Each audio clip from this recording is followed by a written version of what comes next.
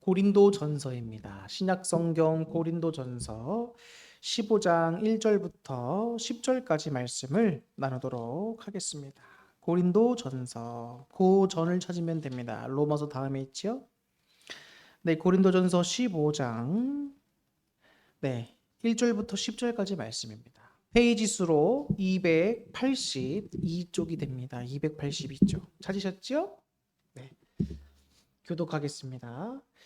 형제들아, 내가 너희에게 전한 복음을 너희에게 알게 하노니 이는 너희가 받은 것이요 또 그 가운데 선 것이라. 여러분들이 읽으시면 됩니다. 너희가 만일 내가 전하는 말을 지키고 헛되이 묻지 아니하면 그로 말미암아 구원을 얻으리라.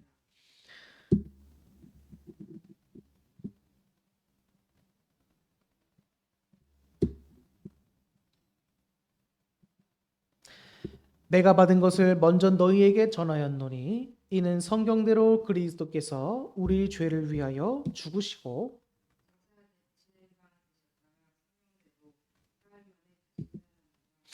게바에게 보이시고 후에 12 제자에게와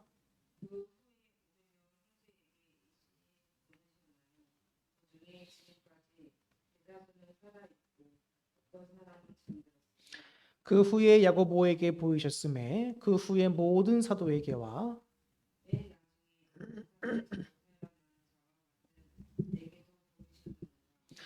나는 사도 중에 가장 작은 자라. 나는 하나님의 교회를 박해하였으므로 사도라 칭함받기를 감당하지 못할 자니라. 같이 읽겠습니다.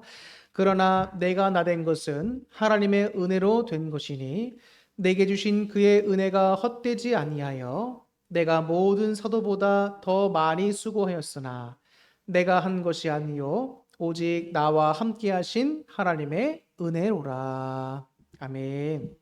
할렐루야. 네, 오늘 주일 예배 참여한 여러분 진심으로 환영하고 축복합니다. 오늘도 하나님의 성령님께서 우리와 함께 하시면서 우리의 마음을 열어주시고 도와주고 계십니다. 그래서 우리는 겸손한 마음으로 하나님을 맞이하시기를 바라겠고, 오늘 전달되는 이 말씀이 여러분 잘 마음속에 새겨질 수 있기를 바랍니다. 자, 오늘은 본문의 말씀을 통해서 나는 공로 없으니 오직 주의 은혜라 라는 제목으로 여러분들에게 말씀을 전하도록 하겠습니다. 지금 우리 교회가 사순절 특별 새벽 기도회를 진행하고 있습니다. 근데 제가 주중에 목요일 날 새벽 기도를 드리고 있는 가운데 기도하는 가운데 하나님께서 제 마음에 깊이 있게 좀 감동을 주셨던 부분들이 있었습니다. 그래서 그 가운데 한 부분을 여러분들과 좀 말씀을 나누면서 오늘 은혜 받는 시간을 가지려고 합니다. 그래서 오늘 일단 본장의 배경 내용을 먼저 잠깐 설명해 드리면서 왜 오늘과 같은 바울의 말씀이 나오게 됐는지를 잠깐 설명드리고 계속 이어나가도록 하겠습니다. 고린도전서 15장은 부활장이라고 불립니다. 고린도전서 13장은 사랑장으로 불리죠. 그래서 사랑에 관한 굉장히 유명한 말씀들이 적혀 있는데, 특별히 오늘 본문을 포함하고 있는 15장은 부활장으로 이제 부활에 대한 교리적인 내용들이 이제 적혀 있는 부분입니다. 그래서 바울이 이 고린도전서를 기록할 당시에 고린도 교회의 교인들 가운데 다른 아니었고 일부가 이제 부활에 대해서 굉장히 좀 회의적인 태도를 갖고 있었습니다. 그렇기 때문에 부활에 관한 그 회의적인 태도를 이제 고치고 주님에 대한 어떤 그런 믿음 그리고 부활에 대한 확신 가운데 그에 합당한 삶을 살게 하도록 하기 위해서 고린도전서 15장과 같은 말씀들이 쓰여지게 된 겁니다. 근데 고린도 교회 내에 이 부활에 관한 이 회의적인 태도가 어떻게 교회 내로 성도들에게 들어오게 되었는지는 정확하지는 않습니다. 하지만 당시 유행했던 세상에서 유행했던 헬라 사상의 영향이 컸던 것으로 여겨집니다. 헬라 철학은 여러분 전통적으로 이 영혼에 대한 가치를 굉장히 높게 평가합니다. 그 영혼은 귀한 거고 반면에 우리의 물질된 이 육신은 가치가 없고 영은 선하고 육은 악하다. 이렇게 보는 사상이 있었어요. 그래서 헬라 사상 체계에 익숙했던 사람들에게는, 그런 성도들에게는 영혼의 불멸은 매력적인 것이지만, 영혼이 소멸하지 않는다, 영혼이 산다, 이런 것은 매력적인 것이지만, 이 악하게 여겨지는 몸의 부활은 여러분 그다지 소망의 대상이 되지 못했던 겁니다. 그래서 그런 일부 성도님들이 있었던 거예요, 교회에. 그래서 이처럼 몸의 부활에 대해서 회의적인 태도를 취하는 사람들의 입장은 이 두 가지 질문으로 표현될 수 있습니다. 죽은 자의 부활이 정말 있을 수 있는가? 라는 거예요. 그게 우리가 읽은 말씀 다음에 나오는 12절에 관련된 말씀이 나오고요. 그리고 두 번째, 이 부활에 대해 회의적인 태도를 취하는 자들의 입장 두 번째는 이런 질문이 나올 수 있다는 거예요. 부활이 있다면 그럼 어떤 방식으로, 어떤 마음으로 부활하게 되는가? 이런 질문이 나오게 됩니다. 그게 35절에 관련된 말씀이에요. 자, 첫 번째 질문은 부활 자체에 대한 의문이라고 한다면, 두 번째 질문은 부활의 몸은 어떤 성질을 갖고 부활하게 될 것인가 하는 질문입니다. 근데 이 첫 번째 질문이나 두 번째 질문이나 공통점이 있다라고 한다면 전부 다 부활을 믿지 못하는 불신의 마음에서 나오게 된 질문이라는 거예요. 그래서 바울은 이제 부활에 관해서 교훈하고 성도님들에게 부활에 대한 바른 믿음과 신앙을 심어주기 위해서 15장을 기록을 하게 됩니다. 그래서 기록을 하는 모습을 쭉 그 말씀을 딱 쭉 보면은 바울은 자신이 부활을 확신할 수밖에 없는 이유를 명확하게 설명해 줍니다. 이건 역사적인 사실이라는 거예요. 예수님의 부활은 역사적인 사실이다. 보라는 겁니다. 자, 베드로도 그렇고 또 12 제자도 그렇고 주님의 형제 야고보도 그렇고 또 500여 형제들도 그렇고 또 바울 자신도 그렇고 수많은 목격자들이 있다는 거예요. 수많은 증인들이 있다는 겁니다. 예수님의 부활을 직접 눈으로 본 목격자들이 있다는 거예요. 지금도 살아있는 거 아닙니까? 그렇기 때문에 역사적인 사실이라는 겁니다. 그러니까 의심치 말라는 거예요. 그리고 두 번째, 바울은 이렇게 이야기를 합니다. 자기가 부활하신 예수님을 만나고 회심 과정을 겪게 되는데 그 결정적인 사건이 뭐였죠? 바로 다메섹 도상에서 부활하신 예수님을 만난 사건이었습니다. 바울이 자신은 그 사건 이후에 전에는 사울로서 박해자요, 폭행자요, 살인자였지만 그 부활하신 예수님을 경험한 사건 이후에 자신은 사도가 되어 지금까지 주님의 은혜로 이렇게 복음을 전하는 삶을 살고 있다는 겁니다. 즉 나의 변화가 곧 그리스도의 부활의 증거다라고 이야기를 하고 있는 것이지요. 그래서 이런 말씀을 전하면서 사도 바울이 그리스도의 부활의 확실성을 이야기하면서 고린도 교인들의 부활에 대한 어떤 의심, 불신 이런 것들을 해소해 주고 있습니다. 근데 저는 여기서 바울이 부활을 증거하면서 했던 말씀에 좀 집중을 해보려고 합니다. 바로 10절의 말씀이에요. 10절의 말씀을 제가 읽어드리도록 하겠습니다. 그러나 내가 나된 것은 하나님의 은혜로 된 것이니 내게 주신 그의 은혜가 헛되지 아니하여 내가 모든 사도보다 더 많이 수고하였으나 내가 한 것이 아니요 오직 나와 함께 하신 하나님의 은혜로라. 아멘. 사도 바울은 여러분 부활에 대한 자신의 확신을 증거하는 삶을 살았어요. 늘 부활에 대한 것을 확신을 증거했단 말이에요. 바울은 여러분 주님에 의해서 그리고 주님의 뜻대로 마지막까지 사도로서 살았습니다. 그죠? 어떤 상황과 어려움에도 복음을 증거하는 사람이었습니다. 매 맞아 죽을 뻔하고 돌에 맞아도 죽을 뻔하고 굶기도 수없이 많이 하고 얼마나 괴롭고 힘든 여정이었겠습니까? 밤에는 춥고 낮에는 또 덥기도 하고 근데 어떤 상황과 어려움에도 복음을 증거했다는 거예요. 그리고 교회를 세우고 다녔습니다. 그리고 세운 교회를 돌아보며 신앙을 다지고 나갔지요. 마지막 숨을 다하는 순간까지도 바울은 복음을 전했을 뿐만 아니라 디모데 후서 목회서신도 쓰면서 후배 목사들까지도 양성하고 그들을 다독이고 격려하고 위로하는 역할도 감당해 나갔지요. 그게 바울이 했던 일들입니다. 어떻게 보면 베드로를 포함한 다른 나머지 사도들과 비교할 때 사도 바울의 이 삶이 더 열정적이고 더 고난 중에 있던 삶이었을 수도 있습니다. 근데 바울은 왜 그랬을까라는 거예요. 왜 그랬을까? 굳이 편한 삶을 살 수도 있을 텐데 바울이 왜 그랬냔 말이에요. 인간적으로 보면 여러분, 사도 바울 같이 훌륭한 배경을 가졌던 사도도 없을 겁니다.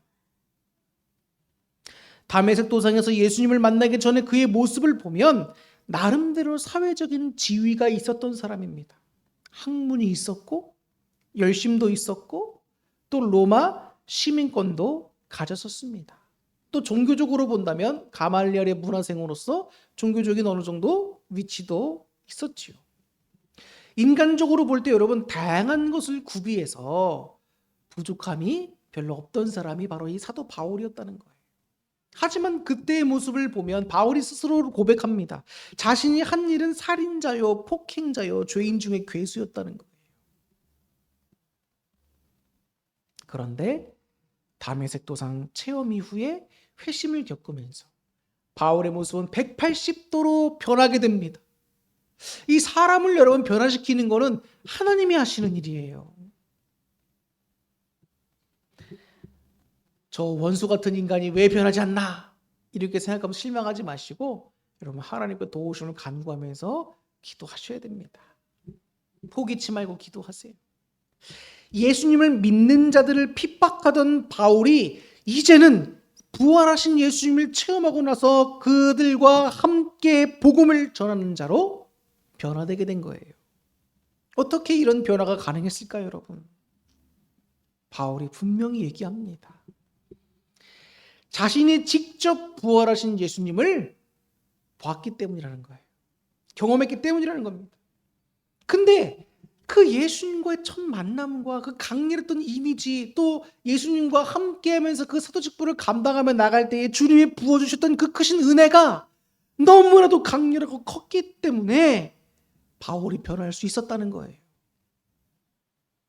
사람이 아무리 좋은 말로 변화시키려고 해도 한계가 있습니다. 그러나 하나님이 그 크신 은혜를 사람들이 경험하게 된다면 안 변할 수가 없는 거예요.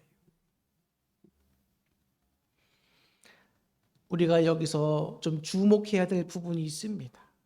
바울은 주님의 그 은혜를 경험하고 나서 자기 자신 스스로 노력에 의해서 변한 거라고 말하지 않습니다. 바울은 겸손하게 이렇게 고백합니다. 내가 나된 것은 하나님의 은혜로 된 것이다 라고 고백하는 거예요. 내 노력과 내 결심과 내 스스로의 능력으로 변화된 게 아니라 하나님의 은혜로 된 거다라고 이야기하고 있는 거예요.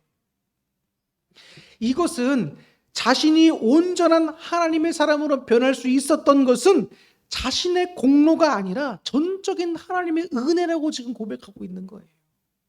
그것은 내가 한 것이 아니고 하나님께서 하신 것이다라는 겁니다.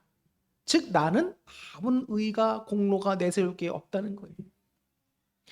부활하신 예수님을 경험하게 하셨던 그 은혜가 또 그의 사도여정 가운데 함께 하시며 역사해 주셨던 그 은혜가 천국과 구원의 그 은혜가 바울을 변화시켰다는 거예요. 바울 자신의 공로가 하나도 없고 전적인 하나님의 은혜로 변화됐고 또 지금까지 오고 있다는 것입니다. 과거부터 지금까지 또 지금부터 앞으로도 주님의 은혜로 인하여 주님 안에서 신앙을 지키고 주님의 백성으로 살아갈 수가 있다는 거예요. 이게 참 놀라운 일인 겁니다. 그래서 신앙생활할 때 나의 힘으로만 하려고 하다가는 반드시 넘어지는 이유가 여기 있는 겁니다. 나의 결심, 나의 노력, 어떤 이런 것들만 열정만 가지고 하려고 하다가 반드시 에너지가 다 떨어진 자동차처럼 멈춰서게 되는 때가 온다는 것입니다. 그렇기 때문에 우리는 항상 주님께로부터 오는 은혜들을 날마다 공급받아야 돼요. 그때그때마다 공급받아야 됩니다. 근데 이런 공급받는 은혜의 통로들이 있지 않습니까? 예배가 있고 기도가 있고 말씀을 듣고 읽는 것이 있고 찬양하는 것이 있고 다양한 신앙의 통로가 있습니다. 근데 그런 것들을 우리가 바쁘다는 핑계로 혹은 우리가 뭐 귀찮다는 이유로 그런 통로들을 다 막아버리고 단절시켜 버리게 된다면 우리는 그 주님의 그 도우심의 은혜를 경험할 수가 없죠. 받을 수가 없죠. 주님께로부터 오는 힘과 능력들을 공급받을 수가 없는 겁니다. 그러면 신앙은 점차 무너지게 되는 거예요. 그럼 사탄이 어이쿠야 잘 됐구나 하면서 틈타면 반드시 넘어질 수밖에 없습니다. 근데 오늘 우리는 바울이 했던 이런 말 가운데서 나의 공로는 없다라는 말에 좀 집중해 보세요. 신앙에서 여러분 나의 공로는 없다라는 말이 있습니다. 이것은 어찌 보면 이해하기 어려운 말일 수도 있어요. 왜냐하면 주님께서 우리들에게 은혜를 베풀어 주셨지만 결국 행하는 것은 우리 자신이기 때문입니다. 그렇잖아요? 잘 한번 생각해 보세요. 자, 은혜를 받았습니다. 그럼 예배 드리는 건 누가 드리죠? 내가 드리죠. 예배를 드리기 위해서 씻고 준비하고 차 타고 와야 되고 하는 수고와 애씀이 있죠? 그건 나의 공로가 될 수 있는 거잖아요. 그죠? 자, 두 번째, 기도합니다. 여러분 기도하는 거 쉽습니까? 자리에 앉아서 그 교회까지 나오고 또 자리에 앉아서 애쓰고 힘써서 기도하는 건 나의 공로가 될 수 있잖아요. 헌금하는 거 쉬운 일이 아니죠. 전도하는 것도 마찬가지고 교회에서 또 밖에서 섬기고 희생하며 사랑을 실천하는 것도 결국은 다 내 자신이고 내 공로가 될 수 있는 거예요. 그렇지 않습니까? 생각해 보면. 그런데 왜 바울은 나의 공로는 하나도 없고 전적인 주님의 은혜라고 말하는 것인가? 우리가 신앙생활을 하면서 한 번쯤은 궁금해할 수 있습니다. 그렇잖아요. 근데 이거에 대한 답을 먼저 말씀드리기에 앞서서 우리가 먼저 생각해 봐야 될 것이 있다는 거예요. 그것은 바로 구원과 부활에 관한 내용입니다. 자, 구원과 부활이라고 하는 것은 우리 그리스도교의 기본이자 핵심이라고 할 수가 있어요. 예수 그리스도를 믿는 믿음으로 말미암아 구원과 부활에 우리가 참여할 수 있게 되잖아요. 그런데 성경에서는 분명하게 우리에게 말씀해 줍니다. 구원과 부활은 전적인 누구의 은혜다? 하나님의 은혜라는 거예요. 은혜라는 말은 무엇입니까? 은혜를 받을 자격이 없는 자에게 거저주는 선함을 은혜라고 합니다. 그렇다는 것은 여러분, 우리 모두는 구원과 부활에 있어서 또 신앙에 있어서 주님이 주신 그 모든 은혜에 있어서 우리는 받을 자격이 하나도 없는 사람들이라는 거예요. 예수님의 은혜가 없이는 우리 모두가 다 구원과 부활과 각종 은혜들을 받을 자격이 없는 사람들이라는 거예요. 그러면 우리는 어떤 사람들이라는 겁니다. 로마서 3장 10절 이하에 보면 분명히 나오죠. 의인은 없나니 하나도 없다. 남들보다 더 선행을 많이 했던지 돈이 더 많던지 권력자든지 권력이 없던지 유명하든지 안 하든지 가난하든지 안 하든지 약하든지 건강하든지 이런 것들은 전혀 중요하지 않다는 거예요. 부활과 구원과 하나님의 은혜에 있어서 이런 것들은 전혀 중요하지 않습니다. 여러분, 하나님께서 우리에게 십계명을 주셨습니다. 그런데 10가지 중에 9은 지켰습니다. 그런데 한 가지를 못 지켰어요. 그러면 그 사람은 의인일까요? 죄인일까요? 죄인인 겁니다. 이것이 율법의 기능이에요. 율법은 철저히 우리 모두가 죄인이다라고 하는 것을 가르쳐 줍니다. 율법과 사람의 의와 행위로서는 구원받을 자가 있다 없다? 없다는 거예요. 그래서 결국 우리가 이 구원과 부활과 주님의 은혜에 관련해서는 우리의 어떤 공로나 어떤 능력이나 어떤 걸로 스펙으로 얻을 수가 없다는 거예요.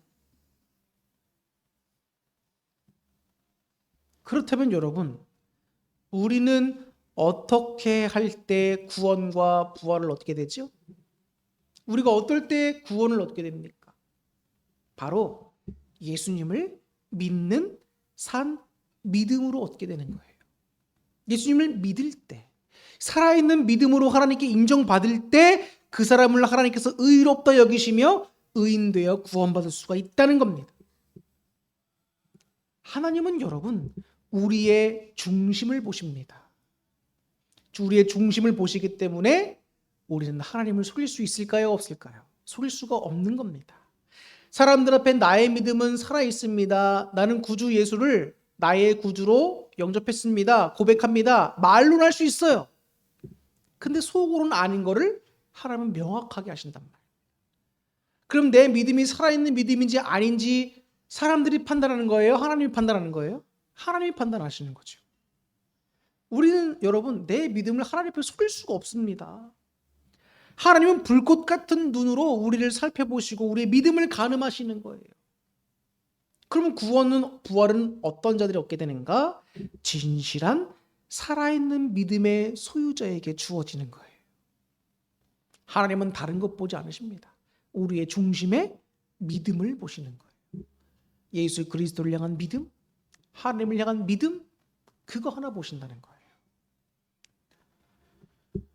그러니 여기에 여러분 우리의 의나 내 공로가 들어갈 자리가 있습니까? 없는 거예요. 어떤 분들은 이렇게 생각할 수 있습니다. 예수님을 믿는 건 목사님 내가 믿는 거잖아요. 그러면 내 공로 아닙니까? 라고 생각할 수 있습니다. 그렇지 않습니까?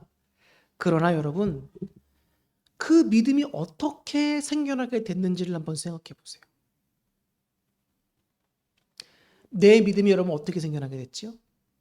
주님의 복음을, 말씀을 들었을 때, 또 그 말씀을 읽을 때 믿음이 생겨나죠. 또 어떨 때 믿음이 생겨나죠? 기도하면서 영적 은혜를 경험했을 때 믿음이 생기는 겁니다. 여러분 그냥 기도한다고 믿음 안 생겨요. 그냥 말씀 읽고 그냥 복음 듣는다고 믿음 안 생깁니다. 하나님의 도우심과 은혜가 있기 때문에 믿음이 생기는 거예요. 그러면 내 능력으로 주님을 믿은 겁니까? 아니면 하나님의 은혜의 도우심으로 주님을 믿게 된 겁니까? 그러니까 내 의와 공로가 들어갈 자리가 없는 거예요. 성령의 감화감동의 그 도우심으로 내 마음이 변화될 때에 믿음이 생기는 거예요, 여러분. 여기엔 믿음에 대한 나의 공로와 나의 의가 어디 있습니까? 결국 믿음을 주신 것도 전적인 주님의 은혜인 겁니다. 그렇기 때문에 믿음은 하나님이 주시는 은혜의 선물이다라고 말하기도 합니다. 자, 또 어떤 분은 이렇게 생각할 수 있어요. 헌금하고 예배드리고 기도하고 전도하고 사랑의 헌신도 교회 봉사도 내가 하는 건데 나의 공로가 아닙니까? 라고 생각할 수 있습니다. 그런데 이 모든 것도 마찬가지로 하나님께서 내게 베풀어 주신 은혜에 대한 나의 응답이라고 생각할 수 있는 거예요. 나의 응답인 거예요. 응답이 뭐죠? 하나님께서 예를 들어서 우리들에게 말씀하셨습니다. 똑똑똑 두드리면서 우리에게 말씀하셨어요. 근데 우리가 그 말씀을 듣고도 나 모른 채하고 내 멋대로 살아간다. 이거는 주님의 은혜에 응답하는 것이 아닙니다. 무시하는 거예요. 근데 주님께서 베푸신 은혜가 너무나 커요. 그 구원과 그 놀라운 은혜들과 이런 것들을 받아서 너무나 감사하고 감격이 되는 거예요. 그래서 내가 주여 주님 말씀대로 살겠습니다. 주님 만나러 예배드리는 것이 너무 즐겁고 예배드리러 가야지. 기도할 때 응답이 되는 것을 맛보면서 은혜가 돼 힘난다. 기도하러 가야지. 내가 가진 물질 얼마 안 되지만 주님께서 쓰시겠다고 하시니 내가 드려야지. 아무것도 아닌 나를 주님께서 사용한다고 하시는데 내가 사랑의 것으로 쓰임 받아야지. 전도해야지. 주님의 은혜에 대한 응답으로 우리가 하는 거지 여러분. 다 내 공로나 내 의가 아닌 거예요. 주님의 은혜가 없었으면 우리는 하지도 않는 겁니다. 근데 거기에 여러분 내 공로와 의가 들어갈 자리가 어디 있습니까? 주님 주신 은혜에 너무 감사해서 성령의 도우심 가운데 자신이 그 은혜에 응답하는 삶을 살겠다고 결심한 겁니다. 그 결심도 하나님의 은혜로 말미암아 이루어지게 되는 것이지요. 그리고 행하게 된 것도 주님의 은혜로 인하여 행하게 된 겁니다. 만약 주님께서 우리들에게 은혜를 주시지 않았다면, 그리고 성령님의 도우심을 우리에게 주시지 않았다면 우리가 변화된 삶을 살았겠습니까?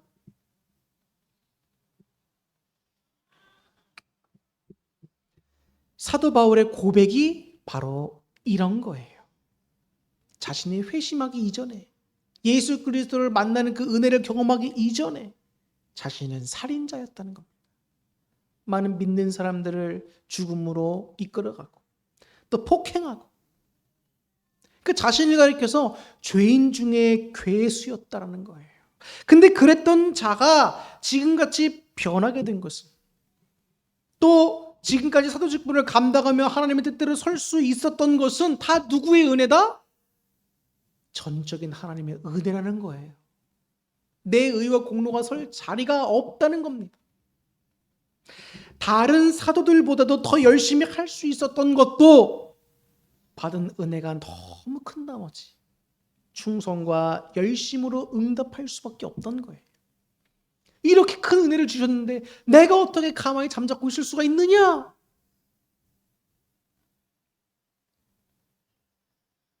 그 마음을 하나님이 받으시고 하나님이 주신 도우심의 은혜를 통하여 바울이 그 일들을 감당할 수 있던 겁니다.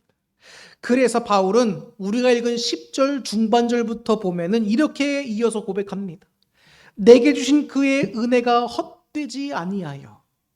그 은혜가 너무 크다는 겁니다. 그 은혜가 늘 내 마음에 감화 감동을 준다는 거예요. 내가 모든 사도보다 더 많이 수고했다는 겁니다. 얼마나 수고를 했으면 여러분 다른 사도들보다 더 많이 수고했다라고 하는 거예요. 근데 그 모든 수고가 내 의가 아니라는 겁니다. 내가 잘해서 했다는 게 아닙니다. 다 내가 한 것이 아니요 오직 누구와 함께 하신 하나님의 은혜로라. 아멘. 예수님의 보혈의 공로가 있기 때문에 과거와 오늘과 내일에 우리 자신이 있을 수 있는 겁니다. 그 은혜로 인해서 우리가 구원과 부활의 복을 누리게 되고 천국을 소망하게 되고 주시는 은혜들을 누리게 되고 성령 충만케 되고 여러 가지 복들을 소망하며 누릴 수가 있는 겁니다. 우리는 교만함을 내려놔야 해요. 내가 주님 앞에 뭘 했습니다. 내가 이만큼 했습니다. 이것은 여러분 아직도 어린아이와 같은 신앙에 머물고 있는 겁니다. 주님의 은혜로 인해서 내가 할 수밖에 없었던 건데, 당연히 해야 되는 건데, 자꾸 내가 올라오고 내가 나온다라고 하는 것은 내 안에 교만함이 있다는 증거입니다. 예수님의 그 보혈의 은혜로 인하여 우리 안에 삶의 변화가 있고, 그 은혜로 인하여 기도할 수 있고 응답받을 수 있고, 그 은혜를 인하여 하나님과의 관계가 날마다 새로워지고 더 친밀해지게 됩니다. 이것을 알아갈 때 여러분, 내가 아무리 열심히 무엇을 했다 하더라도 그것은 나의 공로가 아니요 결국은 하나님 주신 크신 은혜다. 그 은혜에 대한 나의 당연한 응답이다. 이렇게 결론 짓게 된다는 거예요. 그런 것이 가슴 깊이 깨달아지게 됩니다. 결국 주님의 보혈의 은혜가 저와 여러분을 살리고 변화시키고 복을 받게 하고 어떤 고난도 이기게 하고 믿음을 지키게 하며 최후 승리를 만드는 것입니다. 여기에 여러분 우리의 공로가 낄 자리가 있습니까? 아무것도 없는 겁니다. 우리가 훗날 주님의 부르심을 받아서 이 땅과 이별하고 주님 옆에 갔을 때 저는 저와 여러분들이 이런 고백을 했으면 좋겠습니다. 주여, 저는 무익한 종이오니 하나님 홀로 영광 받으시옵소서. 나의 나된 것은 다 전적인 하나님의 은혜입니다. 찬송을 홀로 받아주옵소서. 이런 고백이 저와 여러분들에게 있기를 소망하고 늘 우리들에게 은혜를 주시며 우리를 변화시켜 가시고 또 우리를 하나님의 자녀로서 복을 받게 하시는 그 은혜, 또 구원과 부활을 주시는 주님의 그 은혜에 깊이 감사하고 겸손하게 주님을 잘 경외하며 섬기는 자들 될 수 있기를 주님의 이름으로 축원합니다. 기도하겠습니다.